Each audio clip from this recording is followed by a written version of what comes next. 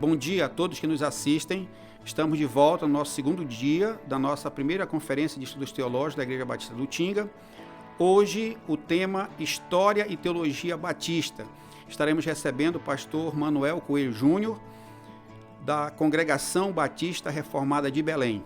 E o pastor Manuel irá abordar o tema Os Batistas como Filhos da Reforma. Tenham todos um bom estudo.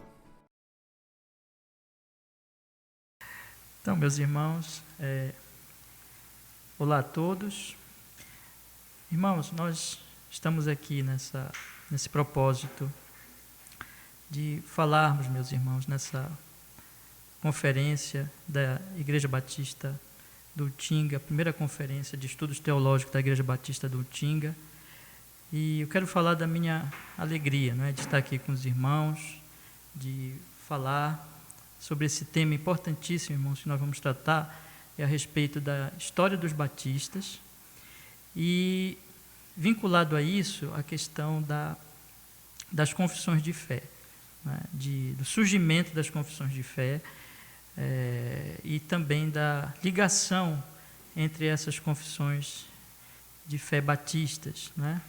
Então, eu sou o pastor Manuel Coelho, sou pastor da Congregação Batista Reformada em Belém, e nós temos aí conhecido esses irmãos da Igreja Batista do Utinga, nos alegrado com o que o Senhor tem operado nas suas vidas, e eu quero dizer que para mim é uma alegria poder levar, irmãos, tratar deste assunto com os meus irmãos, sabendo do interesse que eu percebi por parte dos irmãos neste assunto.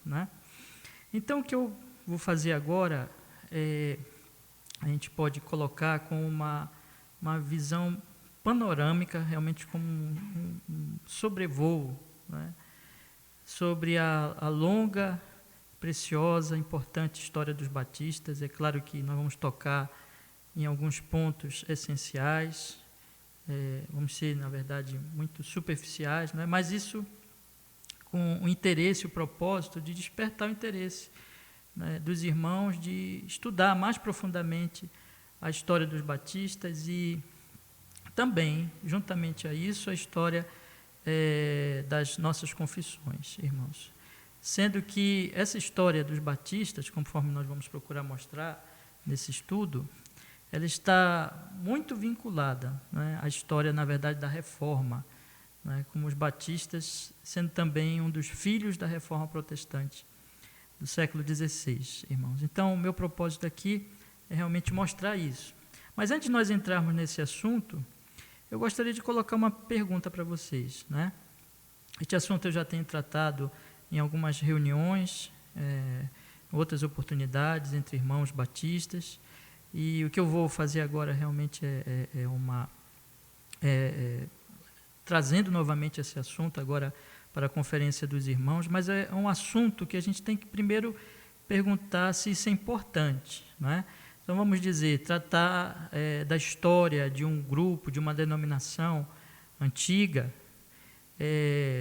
olhar para séculos passados, e tentar entender essa história, se isso realmente é importante para nós nesses tempos, século XXI, tempos difíceis, especialmente no tempo como nós estamos vivendo agora, esse tempo de pandemia, de dificuldade mundial, se isso tem alguma relevância, de fato, para a nossa vida nesse momento. Então, eu gostaria de tratar, em breves palavras, desse aspecto, irmãos, para nós percebermos se realmente é importante essa meditação na história dos batistas, irmãos. E para isso eu gostaria de ler 2 versículos aqui que estão na carta aos Hebreus, o capítulo 13, o versículo 7 e o versículo 17. No versículo 7 do capítulo 13 de Hebreus, a palavra do Senhor diz assim: Lembrai-vos dos vossos pastores que vos falaram a palavra de Deus, a fé dos quais imitai, atentando para a sua maneira de viver. E no versículo 17 diz: Obedecei a vossos pastores e sujeitai-vos a eles, porque velam por vossas almas como aqueles que hão de dar conta delas, para que o façam com alegria e não gemendo, porque isso não vos seria útil. Esses 2 versículos, irmãos, eles colocam para nós aqui o passado e o presente. Se vocês observarem o versículo 7, ele diz: lembrai-vos.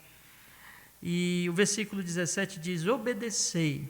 Evidentemente que quando nós lembramos de uma coisa, que se refere ao versículo 7, nós estamos lembrando de alguma coisa que já se foi, né? Que não está mais aqui conosco nesse momento, mas que está no passado, né? E sobre o que ele está falando? Lembrai-vos dos vossos pastores. Lembrai-vos daqueles pastores do passado, que vos falaram a palavra de Deus, a fé dos quais imitai, atentando para a sua maneira de viver. Mas no versículo 17, irmãos, ele diz: obedecei a vossos pastores e sujeitai-vos a eles, porque velam por vossas almas. Então, ele não está aqui no versículo 17, diferente do versículo 7, pensando no passado, mas pensando no presente. Isto é, nesse momento em que os pastores atuais estão exercendo esse trabalho, ou seja, eles estão velando pelas almas daqueles irmãos, da carta aos Hebreus, eles estão velando como aqueles que hão de prestar contas, de dar contas delas, para que, então aqui o escritor diz, para que eles façam isso com alegria, não é? Se vocês obedecerem, evidentemente, e não gemendo, porque isso não vos seria útil. Então, só que quanto ao passado, ele também lembra dos pastores. Então é interessante, ele lembra dos pastores do presente e ele lembra dos pastores do passado. Lembrai-vos dos pastores que vos falaram, note, o passado, a palavra de Deus, a fé dos quais imitai, atentando para a sua maneira de viver. Então, irmãos, ele não diz somente lembrem dos pastores atuais, que velam por vocês, que zelam pelas vossas almas, mas lembrem também dos antigos, que pregaram a palavra de Deus, irmãos. E, na verdade, existe uma vinculação entre os pastores do passado e os pastores do presente. Os pastores do presente, eles estão, na verdade, velando pelas almas atualmente, seguindo o que os pastores do passado fizeram, que eles pregaram, conforme o versículo 7, a palavra de Deus, e o escritor diz, a fé dos quais imitai, vejam só. Então, uma imitação que ele pede dos irmãos para os pastores do passado, nós podemos dizer que está também nos pastores do presente, isto é, que os pastores do presente, eles estão imitando os pastores do passado. Quando eles estão velando pelas almas, quando eles estão cuidando das pessoas, como aqueles que vão prestar contas a Deus, eles estão imitando os pastores antigos. E aqui nós vemos, irmãos, uma unidade, então, entre o presente e o passado. Que o presente, ele ganha o seu valor quando ele olha para o passado. Porque a obra de Deus não começou conosco, não é? Mas começou no início, na verdade. Começou em Gênesis 3,15, quando o Senhor anunciou, foi o primeiro pregador do Evangelho, foi o próprio Deus, quando ele disse que ele iria pisar na cabeça da serpente. E ao longo de toda a história da redenção, que aparece no Antigo Testamento, no Novo Testamento, e aqui o escritor dos Hebreus ainda está nesses tempos, né, do Novo Testamento, em que o Novo Testamento estava sendo escrito. Ao longo dessa história, Deus foi levantando homens e foi trazendo uma única mensagem, que é a mesma do passado, que é a mesma, aliás, de todos os tempos, do passado e do presente, que será a mesma do futuro, o mesmo Evangelho. Portanto, os pastores atuais, eles imitam os pastores antigos, eles seguem o exemplo dos pastores antigos, não é? E assim toda a igreja deve imitar aquilo que realmente é a verdade que foi feito pelos antigos, pregado pelos antigos, a palavra de Deus, a fé dos quais imitais, atentando, e veja só, não somente o que eles pregavam, mas para a sua maneira de viver, para a vida deles. Então, pregação, o ensino deles, eles falaram a palavra, eles viviam de acordo com essa palavra, e é isso que nós devemos imitar, irmãos.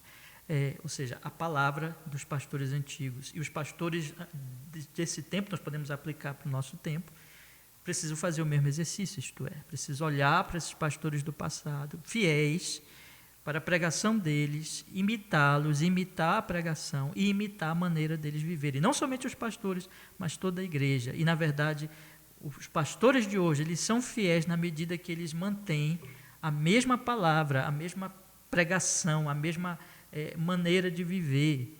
Então, é por isso, irmãos, que é importante estudar a história da igreja e a história de uma denominação tão importante para a história da igreja como é a denominação batista, como é o movimento batista, né? E o movimento que nós dizemos batista reformado, né? Então, meus irmãos, nessa introdução, eu gostaria de colocar o porquê desse estudo, né? Porquê de nós pensarmos, de nós pararmos e pensarmos, então, nessa história dos batistas. Nós temos uma convicção, irmãos, e aqui eu já começo um pouco esse nosso sobrevoo, né? O que foi o movimento batista? Quando a gente pensa no que esse texto diz, em que esse texto ele coloca que os antigos pregaram a palavra, falaram a palavra e viveram de acordo com a palavra, e que os novos, eles velam pelas almas, como aqueles que hão de dar contas delas, nós podemos, então, perceber que a ênfase na fidelidade dos pastores antigos e dos pastores atuais está na palavra e no viver de acordo com a palavra. E a reforma foi isso, não é? Então, a reforma nada mais foi do que um retorno à palavra, vamos dizer assim, uma busca gerada pelo Espírito Santo, foi uma obra da graça. O homem, na verdade, por si só, não busca a palavra, ele se afasta de Deus, ele se afasta pela palavra. Então, nós podemos dizer que a reforma não foi meramente um movimento eclesiástico, não foi meramente um movimento ali humano, que tem, vamos dizer assim, elementos econômicos, eclesiásticos, políticos, mas foi muito mais do que isso, né? Foi um movimento, na verdade, espiritual. Foi um movimento em que Deus, ele operou no coração daqueles homens imperfeitos, pecadores, como todos nós, mas ele deu a eles essa compreensão de que havia muita coisa errada no tempo deles, que havia muita tradição humana no tempo deles, e aqui eu queria fazer uma diferença também entre tradição e tradicionalismo, vamos dizer.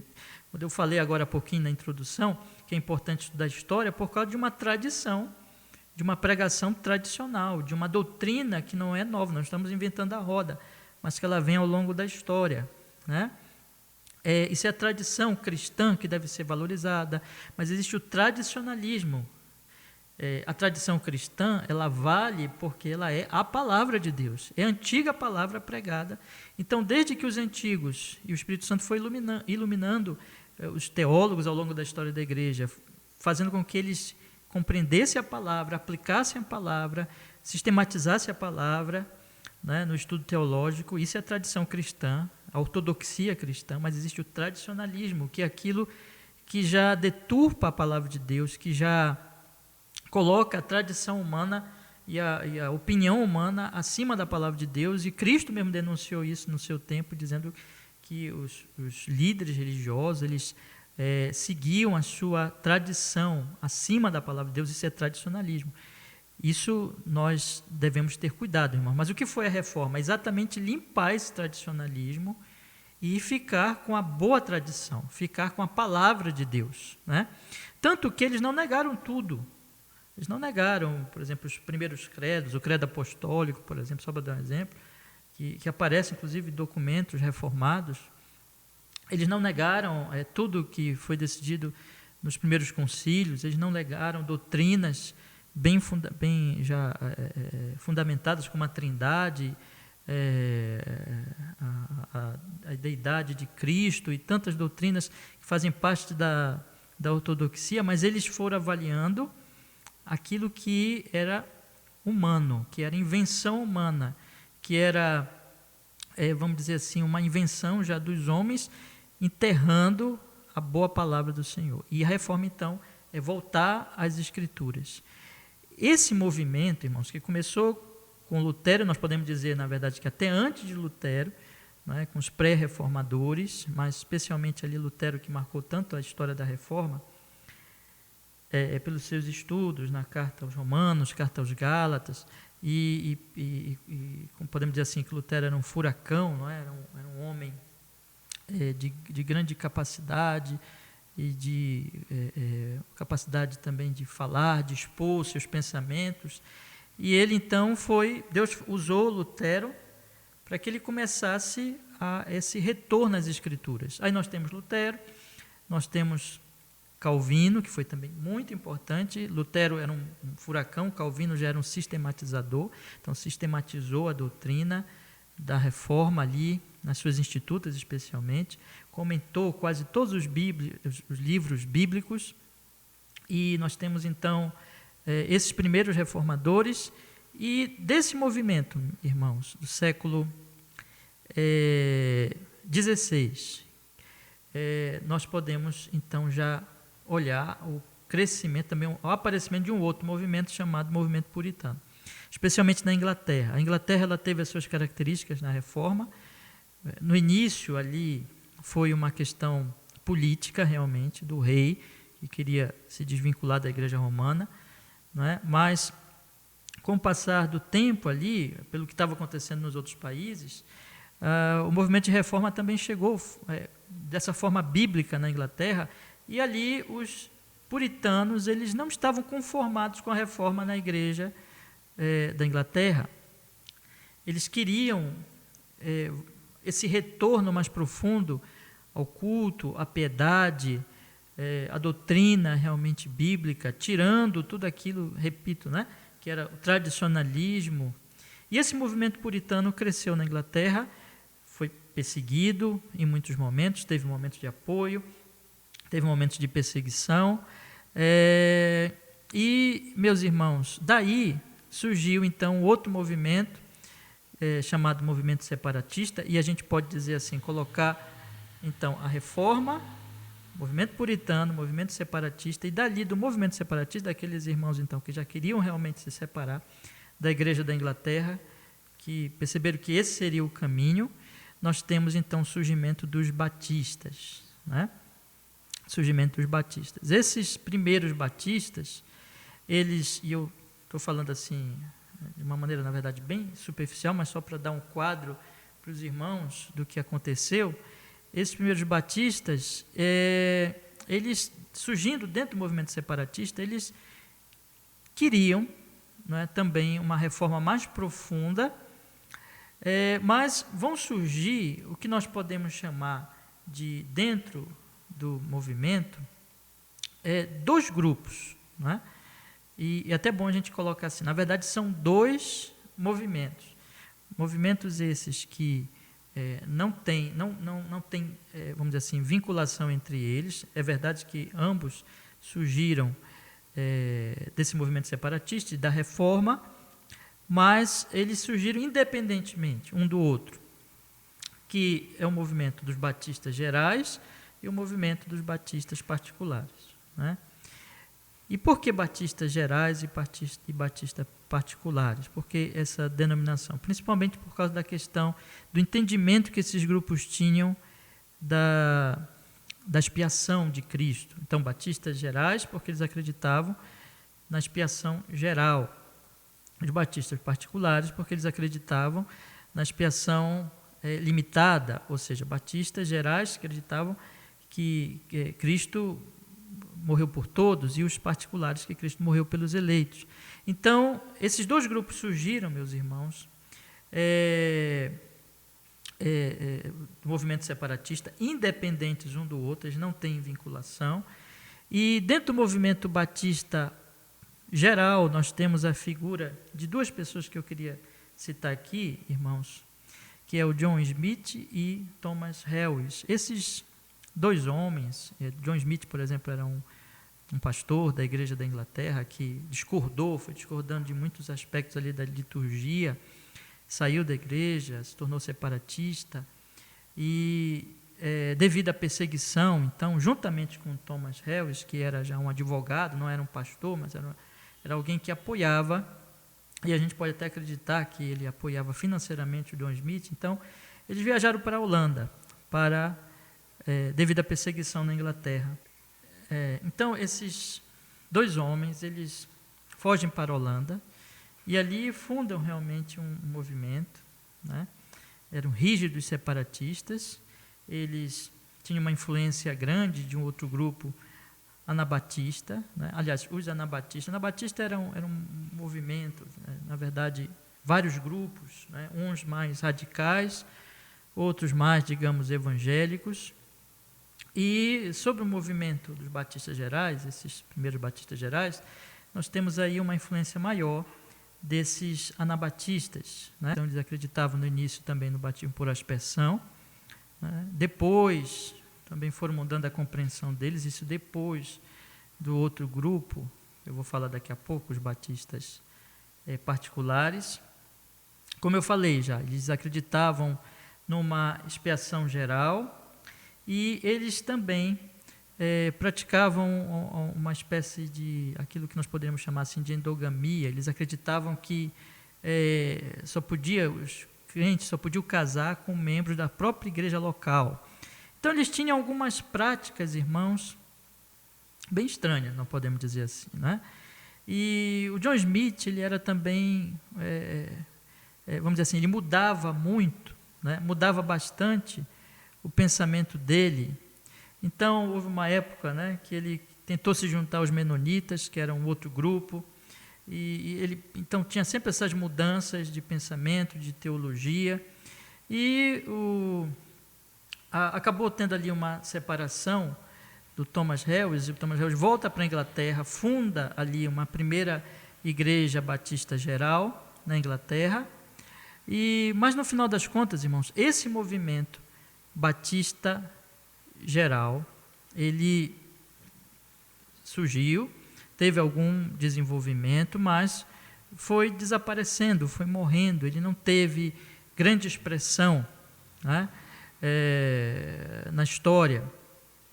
E eu repito, esse movimento, então, batista geral, é um movimento que nós podemos dizer, meus irmãos, não tem vinculação, não surgiu como relacionado com o outro movimento que eu vou falar agora. Então, qual é o outro movimento batista? É o movimento dos batistas particulares.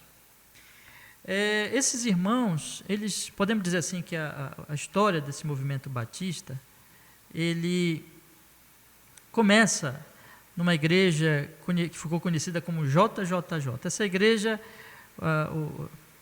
vamos dizer assim, ficou conhecida por esse nome pelos pastores importantes que passaram ali por aquela igreja, né? Houve ali um pastor importantíssimo, o Henry Jacob, e que, vamos dizer assim, importantíssimo na história do congregacionismo, do movimento congregacional. Essa igreja era congregacional, mas ali surgiram muitos debates teológicos sobre vários assuntos, irmãos, e nós podemos então vincular essa igreja JJJ, né, a igreja de Henry Jacob, com o início ali do movimento batista particular.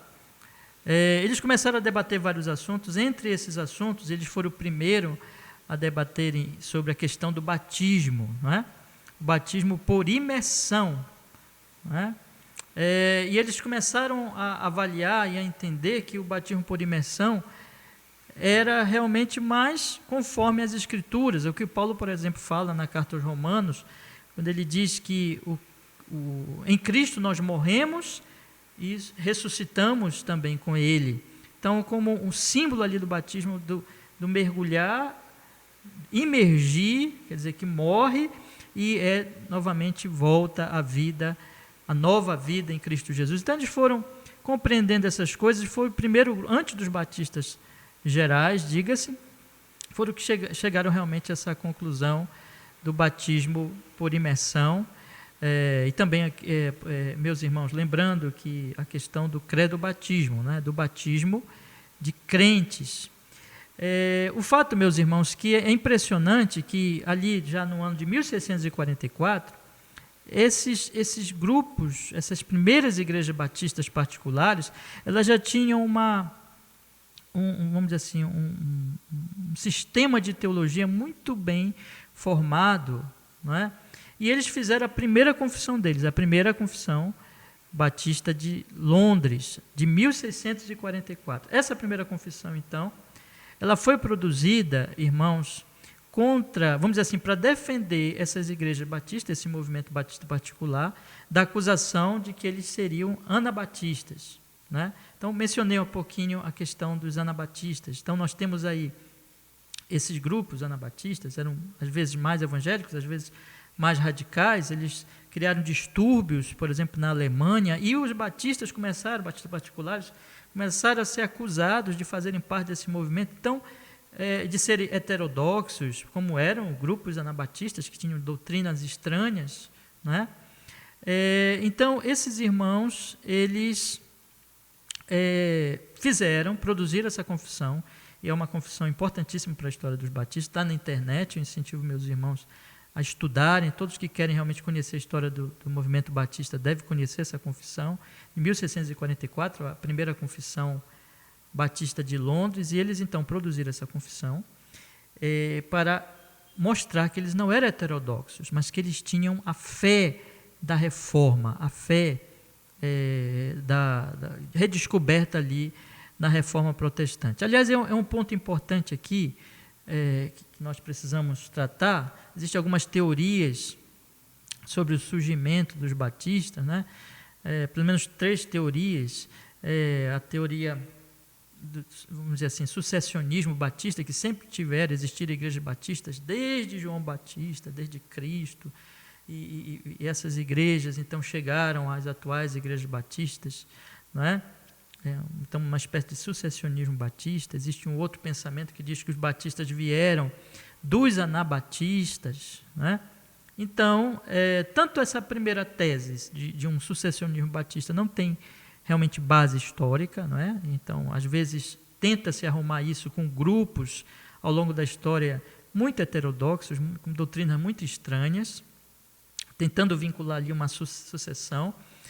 É verdade que a fé, nós acreditamos que a fé dos primeiros batistas, a fé das confissões, realmente é uma fé antiga, é uma fé, sim, dos profetas, é uma fé de João Batista, que Cristo veio anunciar a verdade, que Ele mesmo é o Verbo, que os apóstolos anunciaram, mas nós não cremos nessa espécie de sucessionismo batista, não é? Isso não tem realmente base histórica. E também dizer que os batistas vieram dos anabatistas também parece-me que nós devemos acreditar mais nos primeiros batistas do que acreditar nessa teoria, né? Os primeiros batistas, eles quiseram se desvincular, de fato, desse pensamento de que eles eram anabatistas, ou que eles tinham ali influência dos anabatistas dentro assim, de ter sido originados ou seguirem o pensamento anabatista.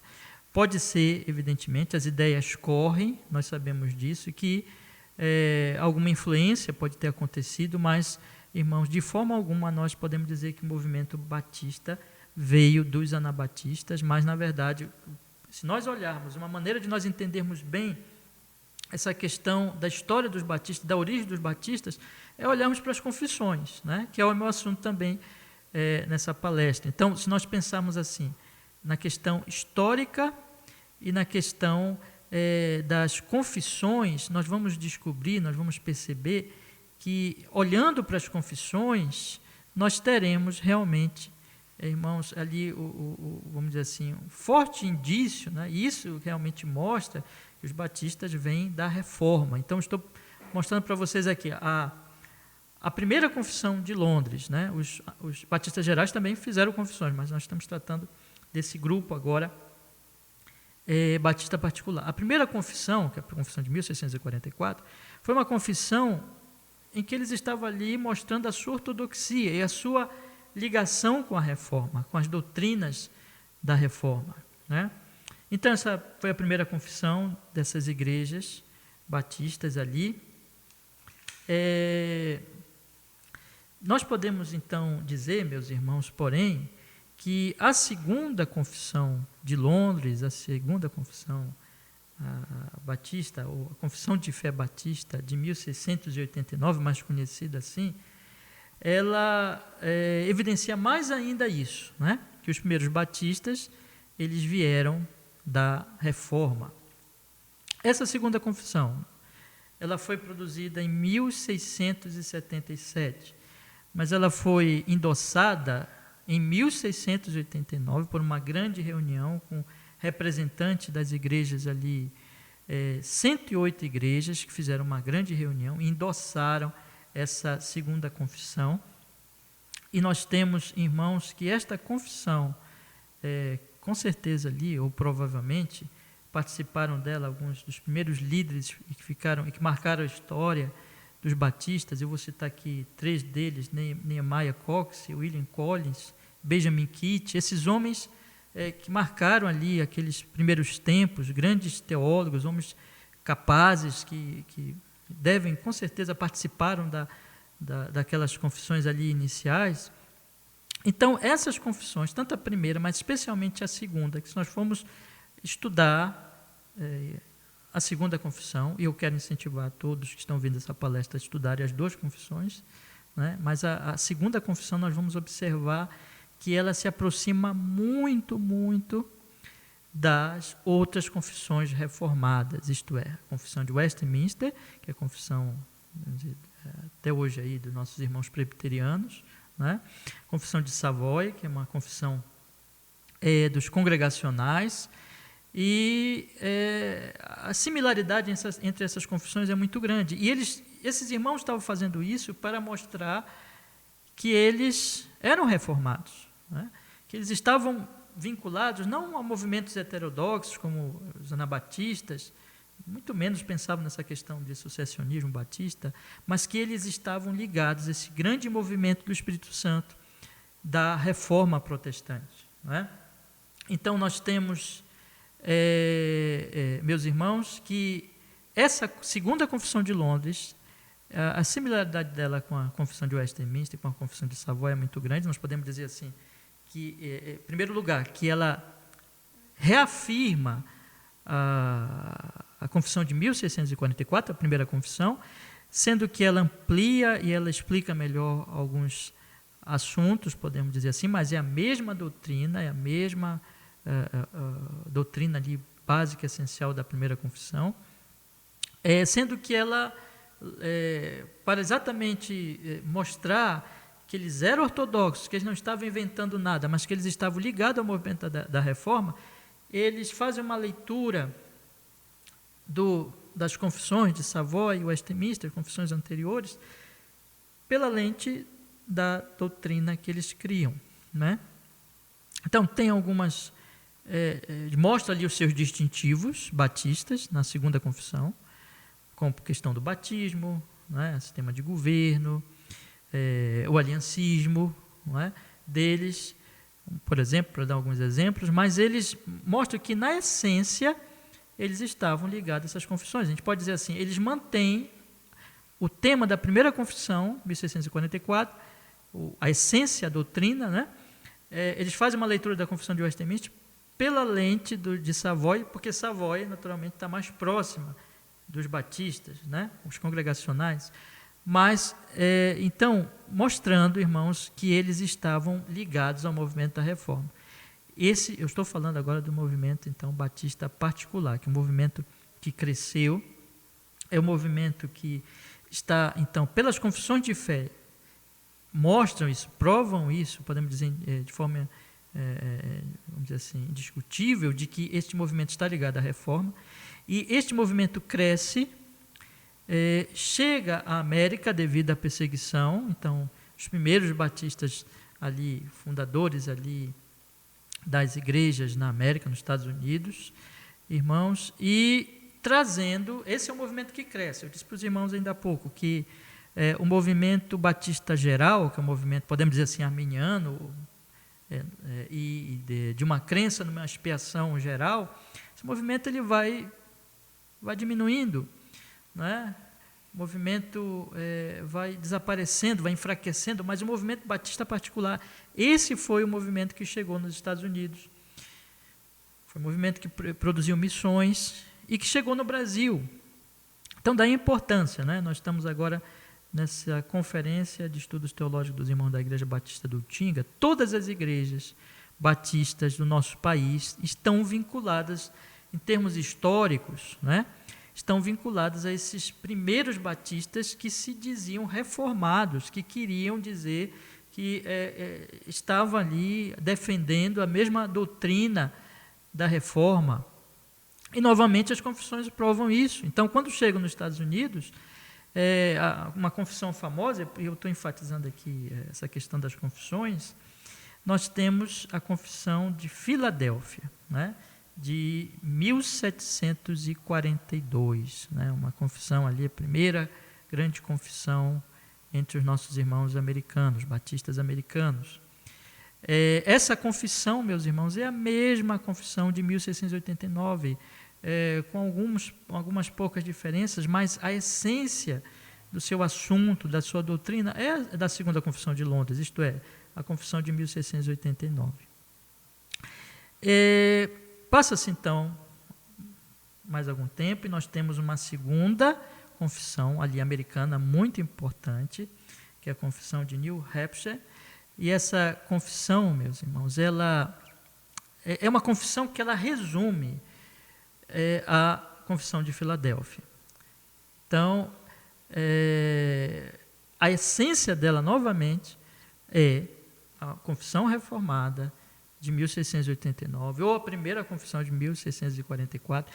Então, veja que eu já citei aqui pelo menos 4 confissões, né, ao longo da história aí, dos séculos, da história dos batistas, século XVII, século já XVIII. Então, nós temos, irmãos, que essas confissões, elas seguem o mesmo padrão e a mesma doutrina reformada. A confissão que foi trazida para o Brasil, irmãos, que foi aí, quando o movimento batista chegou no Brasil, os primeiros missionários chegaram no Brasil, e então teve ali a confissão, a primeira confissão batista do Brasil, é essencialmente a Confissão de New Hampshire, que segue a Confissão de Filadélfia, que segue a Confissão de 1689, que é essencialmente a mesma Confissão de 1644. Então, nós temos aí, pelas confissões, irmãos, e inclusive a que chega no Brasil, são confissões reformadas, são confissões calvinistas, que defendem uma expiação limitada, que tem uma visão ali daquelas grandes confissões da Reforma, como de Westminster, citei, de Savoy, sendo que, claro, mantendo os distintivos batistas, né? Irmãos, isso prova, e são esse movimento que está ligado a esses documentos, isso prova que os batistas são reformados, calvinistas, né? E que essa linha teológica realmente é a que deu origem ao grande movimento batista, e o movimento que chegou e que deu aí surgimento a todas as igrejas batistas no Brasil, inclusive a Igreja Batista do Tinga, né? Nós estamos falando para os irmãos nesse momento.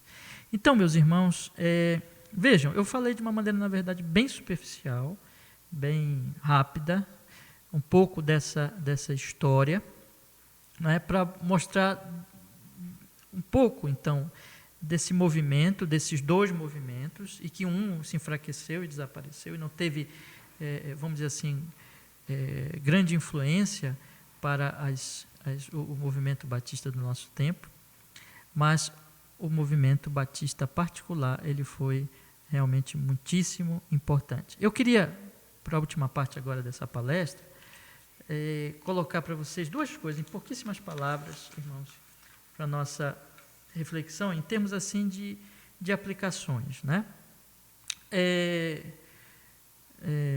Samuel Waldron, ele colocou um escritor batista aí, que tem feito um trabalho importante nessa área, ele colocou, no texto dele, ele tratou dos distintivos batistas, né?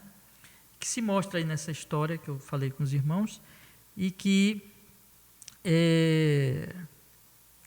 vamos dizer assim, estão nas confissões de fé batista, todas essas confissões que eu citei aqui para vocês. Eu gostaria de citar 5, irmãos, desses distintivos que aparecem e que mostram realmente, distintivo no sentido de que vão realmente mostrar aquilo que nos distingue dos outros grupos reformados, né, e que podemos dizer que é realmente batista. A independência da igreja, alguma coisa que os batistas eles defenderam aí desde do início que a igreja local ela tem a sua independência e que o cabeça da igreja é Cristo Jesus. Isso você vai encontrar bem claro ali na Segunda Confissão de Londres. Segundo lugar, meus irmãos, eles acreditavam, esse outro distintivo batista que aparece nas confissões, que a igreja era composta por crentes. Ou seja, eles eram credo-batistas, eles batizavam somente os crentes e eles acreditavam numa igreja regenerada, uma igreja local regenerada. Evidentemente que podem ter não crentes numa igreja local, né? Mas não, vamos dizer assim, ali aqueles não crentes estão enganando os outros crentes, mas dentro da doutrina batista, diferente de outros grupos reformados, eles sempre acreditaram numa igreja de crentes, né? Terceiro distintivo, o credo-batismo, que eu já tratei aqui em alguns aspectos, que é exatamente a questão de que eles só batizavam crentes, né? Diferente de outros irmãos nossos reformados, como os pedobatistas que batizam seus filhos. Os batistas sempre batizaram apenas os crentes. Em quarto lugar, meus irmãos, esse é um distintivo muito interessante e importante, inclusive para esse nosso tempo. Eles acreditavam na liberdade religiosa, na separação entre igreja e o Estado, né? E um quinto distintivo, meus irmãos, que é o aliancismo batista, né? Que é diferente do aliancismo presbiteriano, do aliancismo da Confissão de Fé Batista, aliás, Confissão de Westminster. O aliancismo da Segunda Confissão é diferente do aliancismo da Confissão de Westminster, né? É um assunto muito vasto, eu até incentivo os irmãos a estudarem sobre aliancismo, livros têm sido publicados, o próprio pastor, nosso querido amigo, irmão, o pastor Fernando Angelini, tem um livro importante sobre esse assunto, muito esclarecedor, que eu incentivo os irmãos a lerem. Mas basicamente o aliancismo nosso é um aliancismo bíblico, eu tenho convicção disso, né? E que mostra que as antigas alianças elas estavam revelando a nova aliança, mas que na nova aliança realmente que o Senhor Jesus Cristo vem para ali fazer a sua obra de salvação. Meus irmãos, esses são os distintivos então: dependência da igreja, a igreja composta por crente, o credo, o batismo, a liberdade religiosa e o aliancismo. Eu queria então agora, finalizando com algumas aplicações, irmãos, que eu queria deixar aos irmãos da Igreja Batista do Tinga e a todos os irmãos batistas, mas mesmo outros irmãos de outras denominações, para que vocês pudessem pensar nisso, irmãos. Primeira aplicação, irmãos, o que nós podemos aprender um pouco dessa história dos batistas e da história do movimento da Reforma? Nós temos que voltar à palavra como eles fizeram. Todos aqueles irmãos do passado, e mesmo os batistas gerais, mesmo que tenham errado, mas havia uma coisa ali que estava na mente de todos eles. Eles queriam voltar à palavra de Deus. É aquilo que eu falei no início, voltar aos pastores antigos, voltar à boa tradição, podemos dizer assim, que na verdade é a palavra, e livrar-se do tradicionalismo, que é a deturpação da palavra. Com certeza nós precisamos fazer isso hoje nas nossas igrejas, nos nossos cultos, porque em todas as épocas precisamos de reforma, isso é reforma. Segundo lugar, meus irmãos, aprendemos humildemente com os outros irmãos. Os batistas, eles não quiseram inventar a roda. Como eu falei há pouquinho, a Segunda Confissão de Londres é bem parecida com as outras confissões ali reformadas já existentes.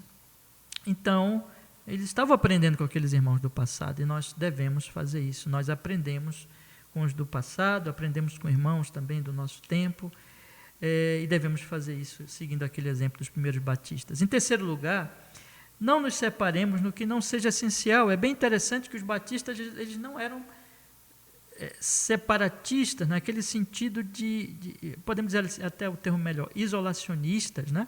No sentido de que eles se isolavam dos outros grupos por questões que não eram realmente essenciais, que não feriam realmente o Evangelho de Cristo. Então, é interessante como a Segunda Confissão de Londres ela é tão parecida com a confissão dos outros reformados, né? Mostrando que eles não eram isolacionistas, né? Mas eles estavam se relacionando e querendo se relacionar com aqueles outros irmãos. Eu creio que é um ponto importante para nós hoje também, não nos isolarmos de outros grupos que claro, não vamos nos unir à unidade cristã em torno da verdade, né? Então, aquilo que não é essencial não deve ser motivo da nossa separação de outros grupos, e os batistas daquele tempo nos ensinaram isso.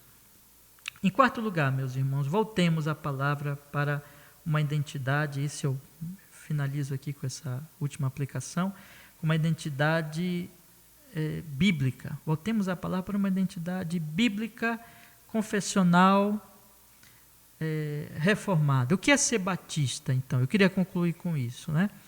Olhando para essa história, olhando para as confissões. Primeiro, ser batista, a identidade batista é o quê? Todo batista é bíblico. Todo batista realmente, desde a sua, podemos olhar ali para a origem do movimento, eles queriam voltar às escrituras sempre, né? Também confessional, eles logo no início, você pensar na primeira confissão de 1644, que havia ali pouquíssimo tempo do início realmente do movimento, mas eles eram confessionais, eles não eram dispersos na doutrina, mas eles declaravam a sua doutrina com clareza, e eles eram reformados, irmãos, ou seja, eles estavam ligados àquele movimento da reforma que não estava inventando a roda, mas estavam ali se vinculando àquele movimento, e então dizendo que faziam parte dele. Então, eu creio que podemos dizer que a identidade batista é uma identidade bíblica, confessional, reformada, e que esses realmente, os verdadeiros batistas, eles se defenderão essa identidade. E eu queria dizer a todos os meus irmãos, vamos, não por uma questão simplesmente de tradicionalismo, vejam, entendam bem, mas por que isso é importante para nós hoje? Porque o escritor diz, lembrai-vos dos vossos pastores que vos falaram a palavra de Deus, a fé dos quais imitai, atentando para a sua maneira de viver. Eu tenho convicção de que essa história desses antigos pastores é uma história que nós podemos aqui lembrar da palavra que eles pregaram, da maneira como eles viveram e imitá-los. Então, essa identidade, por isso que a identidade é importante, não simplesmente por uma questão de nós estamos ligados a um grupo humano, mas pela obra que o Espírito Santo fez na vida deles. Por isso que é tão importante nós estudarmos essa história e nós imitarmos aqueles pastores fiéis do passado. É isso, meus irmãos, que Deus nos abençoe, que o Senhor seja com todos nós nessa obra da reforma hoje no nosso tempo. Amém. Deus abençoe.